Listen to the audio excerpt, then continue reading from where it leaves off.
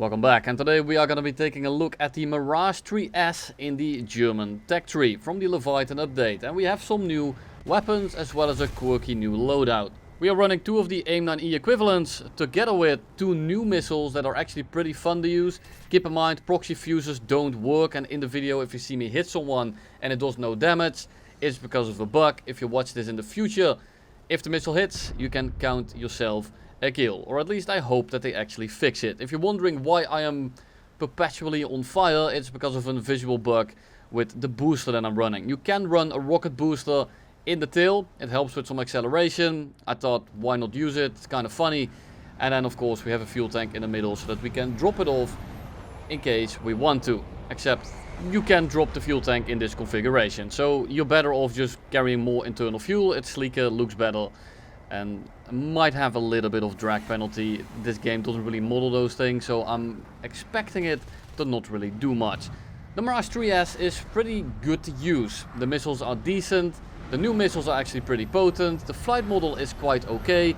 Just keep in mind, it might look like a Kafir, but you don't really accelerate like a Kafir. You accelerate like a Mirage 3, you still bleed a lot of speed, you still need to be careful with energy management, because if you are going too slow, you are going to get rinsed. You have some countermeasures, a good amount of them, and the radar is okay. You don't actually have pulse Doppler, so when you lock onto people like this, in this case it's going to be a Buccaneer, they can chaff you very easily if they have it equipped, and then these missiles become essentially useless, but they work quite well. They are pretty maneuverable. Now I'm going to show you one right here. So you want to keep in mind that they go straight for a little bit and they don't have the most amount of range. The second they stop burning, they are essentially going to be useless very quickly. If you can see it on YouTube, I'm not sure. You can see that it goes off the rail, it stops burning, then it pulls very hard out of nowhere, and it does no damage. That J-35 should have died right there. That is a terrible launch. I'm not even sure why I decided to shoot it, but I decided to shoot him again with a 30 mils and send him straight back to the hangar. And here is the issue with the Mirage.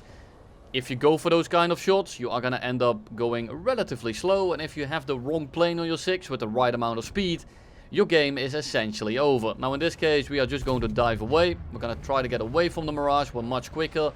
So I'm just going to roll around, flare a little bit, and go to the furball on the deck. And kind of just ignore the Mirage on our 6. Now we also have an FOC coming for us, but he only has AIM-9Es and maybe the shitty ass Sparrow. So I'm not really too worried. He's not feasibly going to be killing me anytime soon. I see another missile coming in. That is completely out of range. So we just kind of roll a little bit left and right. And we just continue going straight. We don't really have to worry about any of those guys on our 6. We can just simply run away while we have fire coming from our ass. And I'm not talking about the afterburner. After disengaging, you just kind of turn around. We are just reassessing the furball here, and no one is really going for us. And this is ideal for the Mirage. You don't want to be stuck in these 2v1s, 3v1s. You don't have the energy to do so. You do have the speed. So if you do have radar missiles left, what you can do is just run away very far. You need a lot of separation, keep that in mind, because it takes a little bit for the missile to stop burning.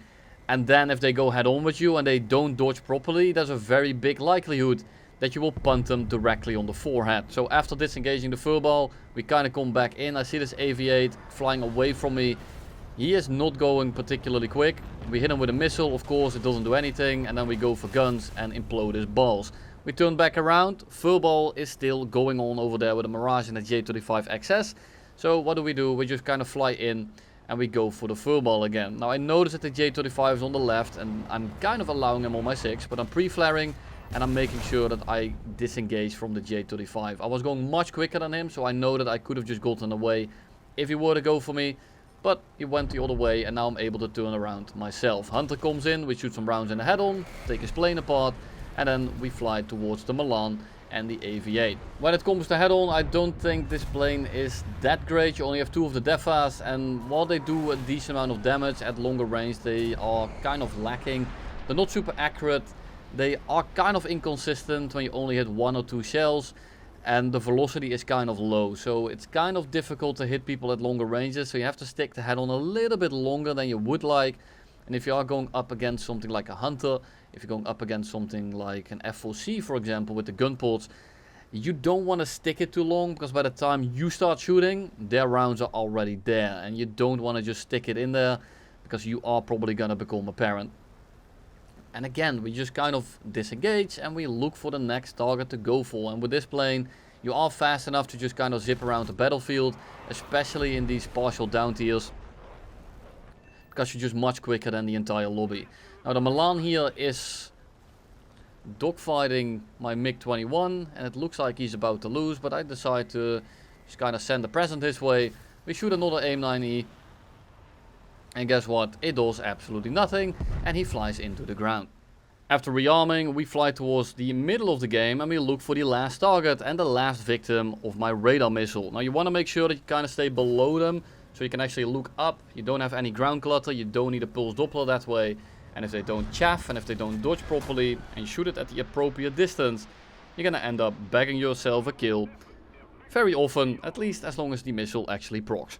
At the start of the game, I like to be at medium to medium altitude, kind of between 2 and 5 kilometers. Kind of depends on the matchmaker, depends on the BR and everything. And I just want to, again, be a little bit lower than the enemy, so I decide to mostly go to about 2.5, 3. And then I can just look up and you can tell there again, the second that missile stops burning, it starts pulling very hard and it slams him right out of the air. This missile is no joke and you need to treat it with care. We turn around here, we go for the F8E. Now the F8E here is way too close for a missile, so I decide to go for guns. We only managed to get a hit, and that's what I said earlier. If you only had 1 or 2 shells, it's very often not gonna do much damage. F5 comes in and I want to shoot the missile a little bit to the right so he doesn't think it's gonna pull in, and well, he's right. It isn't going to pull in. I shot that way too close. You don't want to shoot these within 4 kilometers, especially if the closure rate is very high. If I had shot that like a kilometer earlier and maybe shot it a little bit closer, that would have 100% killed him right there, as long as the missile wouldn't have exploded without doing any damage. Now we want to disengage again. I don't want to go anywhere near that F8 if I'm not going my top speed. That guy will absolutely rinse me in a dogfight. So we just kind of disengage and start looking for the next target again, as we do in this thing. It's kind of the only way of playing it. F5 is now on R6, and it's kind of annoying because he should have been dead if I had played it properly. Except I didn't and I fumbled. So now I need to disengage. Now luckily for us we are faster, at least in the long run. And he decides to fly away. He doesn't keep sticking. He decides to break off and go for someone else. Which is great for us, because now we are able to come back around and start shooting these guys down. F5 is going to be priority. The F4E doesn't really concern me too much. We managed to hit him. We set him on fire. He's going to go back to the hangar in due time. I'm not going to get the kill, but that doesn't really matter. F5 pulls in front of us. Object permanence is indeed a thing that some people lack, because he completely forgot about the fact that I still existed and just kind of turns right in front of me. F5 goes down, we disengage, we let that guy burn in the background, as I don't need to kill, I just need to make sure that he actually doesn't survive the lobby. He gets shot down by a friendly, which is completely fine, and then we go head on with an A10. And you always know that A10s are gonna pull in sub 1.5, and I'm not gonna be there for it. I'm gonna be dodging prematurely, as I don't need anything to do with that GAU 8 Avenger, or perhaps even a point blank AIM-9L. J7D, not really paying attention, going way too slow, so we just kind of clap him in the side of the plane, and we keep on going straight for the F8U. Now the F8U in a dogfight is gonna be absolutely rinsing me. However, I'm on his 6, I'm going decently quick, and he is panicking a little bit, meaning that he's losing speed. And if I'm going quick enough, I can definitely energy trap him. Now the issue is that if it takes me too long, in due time the F8 will definitely get his energy back and start winning the dogfight. Luckily he kind of pulls directly in front of me, we line up the guns and we send this plane into a tree.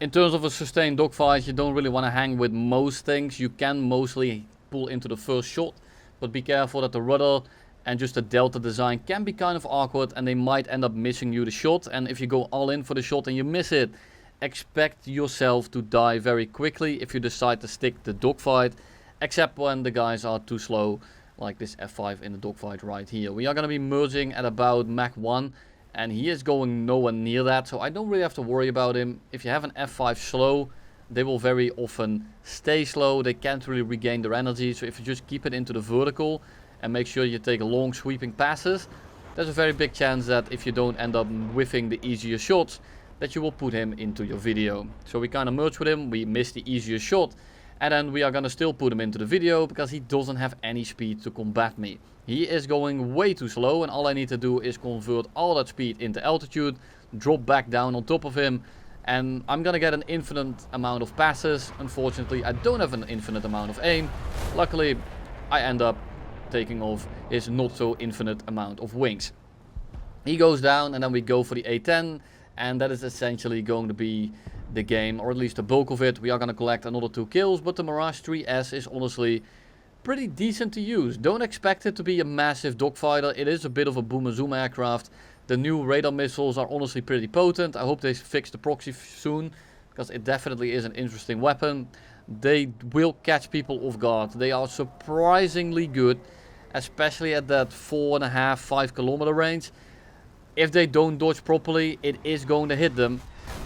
And people really need to be aware of Mirages that have the Swiss symbol in front of it. I recommend pre-chaffing. It's always the most reliable thing to do. If you don't have countermeasures, I suggest you use a variation of the F-pole maneuver. Now, I touched on this in the radar missile guide. If you are interested, I'll put it in the description.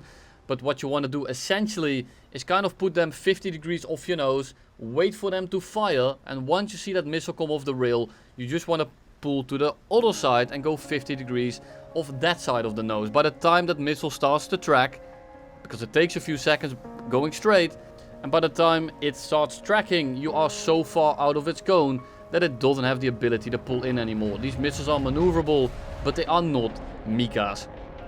And that is all I have for you today.